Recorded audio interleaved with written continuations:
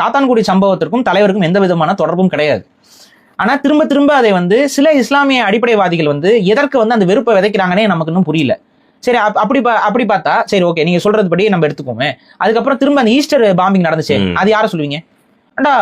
Easter bombing பண்ணா அது இலங்கை ராணுவம் பண்ணுச்சு, இஸ்லாமியர் மேல பழிய போட்டுச்சுன்னு சொல்லி பேசுறதுக்கு தெளிவா தெரியுது உங்களுக்கு. இன்னைக்கு இவ்வளவு டிஜிட்டல் மீடியாஸ் இருக்கு, இவ்வளவு கேமராஸ் இருக்கு, இவ்வளவு ஃபுட்டேஜ் இருக்கு.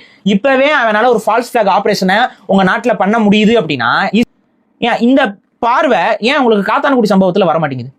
பேசிக்கா என்னன்னா, அன்னைக்கு பாத்தீங்கன்னா தமிழர்களை மதமாக உடைக்க முடியுமாங்கிறது சிங்களவர்களுடைய ஒரு செயல் திட்டம். சரி, மதத்தால் தான் அவர்கள் இஸ்லாமியர்கள், இதை முதல்ல ஈழத்தமிழர்கள் உணரணும். அவங்களுக்கு ஒரு தனி பேரை கொடுத்து அவங்க தமிழர் கிடையாதுலாம் பேசிட்டு இருக்கிறது அது ஒரு மதவாதம் தான்.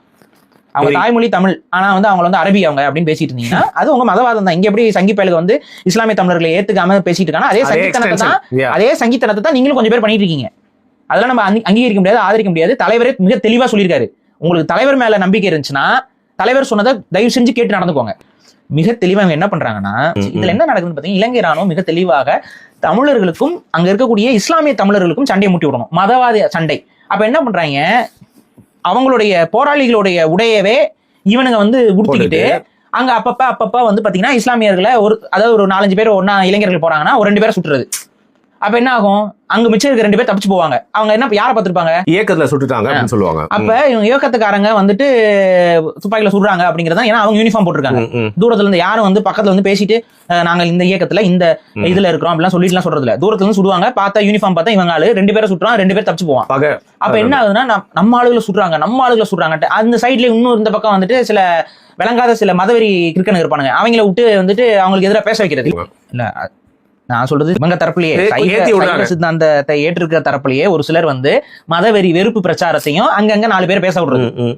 அங்கங்க 4 பேர் அவங்க துரோகிகள் தான், ஆனா அந்த துரோகிகள் அங்கங்க பேசிட்டே இருப்பாங்க.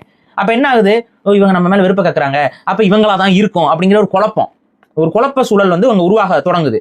இந்த நேரத்துல இலங்கை ராணுவம் என்ன பண்ணுது, அங்க இருக்கக்கூடிய இஸ்லாமிய பெருமக்கள்கிட்ட போயிட்டு நீங்க உங்களை பாதுகாக்கணும், எங்களால முடியாது, ஆயுதத்தை கொடுத்து அவங்களுக்கு பேர் ஊர்காவல் படையின்னு ஒண்ணு உருவாக்கி விட்டுச்சு, இவங்களை போய் கொல்லுங்க, இதை பண்ணுங்கன்னு சொல்லிட்டு கொடுக்குறாங்க. இந்த மாதிரி தாக்குதல் நடக்க ஆரம்பிக்குது. கொஞ்சம் பேரும் இறந்து இந்த பக்கமே சாகுறாங்க, அந்த பக்கமும் சாகுறாங்க. இதெல்லாம் நடக்குது. இதோடைய ஒரு பெரிய நிகழ்வா தான் இந்த காத்தான்குடி.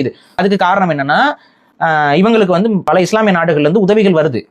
இந்த இதெல்லாம் உடைக்கிறதுக்கு இதை ஒரு நிகழ்வா பயன்படுத்திக்கலாம். ஈரான் கிட்ட என்ன சொல்லலாம் பாத்தீங்களா, நம்மள இவங்க அழிக்கிறாங்க, அதனால நீங்க கொஞ்சம் காசு கொடுத்தீங்கன்னா அந்த இலங்கை ராணுவத்தை நாங்க கட்டமைச்சுக்கொண்டு ஈரான் எல்லாம் கெஞ்சி கூத்தாடி பிச்சை எடுத்து வந்தாங்க. இலங்கை ராணுவம் இருக்கிற ஒரு அயோக்கியத்தனமான ஒரு விஷயம். அது என்ன வேணாலும் நடிக்கும், என்ன வேணாலும் பண்ணும். இந்த கூட இருந்து குளிபறிச்சவனே தெளிவா சொல்லிட்டான், கருணாவே சொல்லியிருக்கேன், அதற்கும் தலைவருக்கும் தொடர்பு கிடையாது அப்படின்னு சொல்லியிருக்காப்ல. இதுக்கப்புறம் என்ன?